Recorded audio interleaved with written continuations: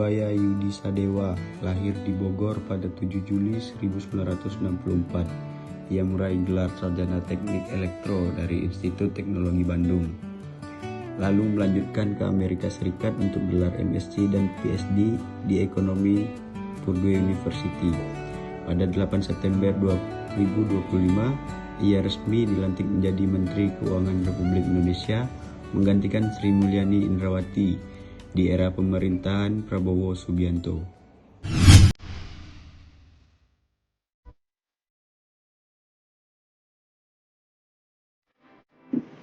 Berorientasi pelayanan, seperti halnya sosok Insinyur Purbaya yang menerima aduan dari pelaporan via WhatsApp atas terjadinya kenaikan nilai bea cukai yang tinggi dan mengecam segera akan melakukan tindakan cepat terhadap kejadian yang sedang berlangsung dan akan segera mengucat oknum itu. Kemudian akuntabel, seperti sosok Purbaya Yudi Sadewa yang bertanggung jawab atas tindakan dan keputusan yang diambil, yang ia wujudkan melalui sikap kejujurannya, disiplin, transparan, dan dapat dipercaya oleh negara. Ini berarti sosok Purbaya dapat mempertanggungjawabkan penggunaan sumber daya manusia, pelaksana tugas dan hasil kerja kepada pihak berkepentingan di Indonesia. Kemudian kompeten.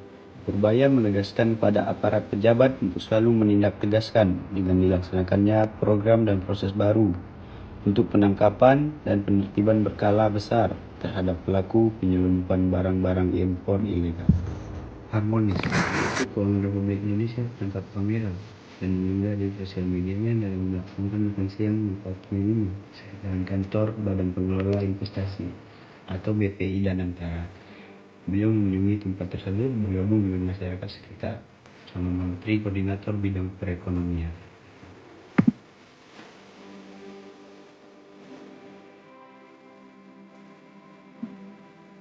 Yang kelima yaitu loyalitas. Tindakan dari loyalitas sosok Purbaya Yudi dalam menanggapi penjualan barang-barang online yang palsu termasuk barang ilegal. Dalam hal ini, ia juga melakukan pengecaman tegas ataupun ancaman yang akan segera ia lakukan penangkapan kepada oknum di balik insiden tersebut.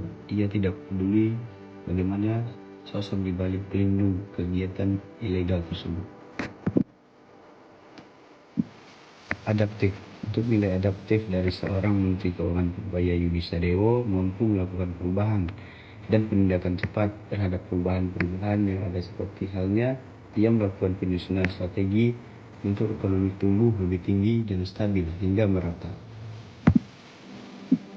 Kemudian yang terakhir, kolaboratif.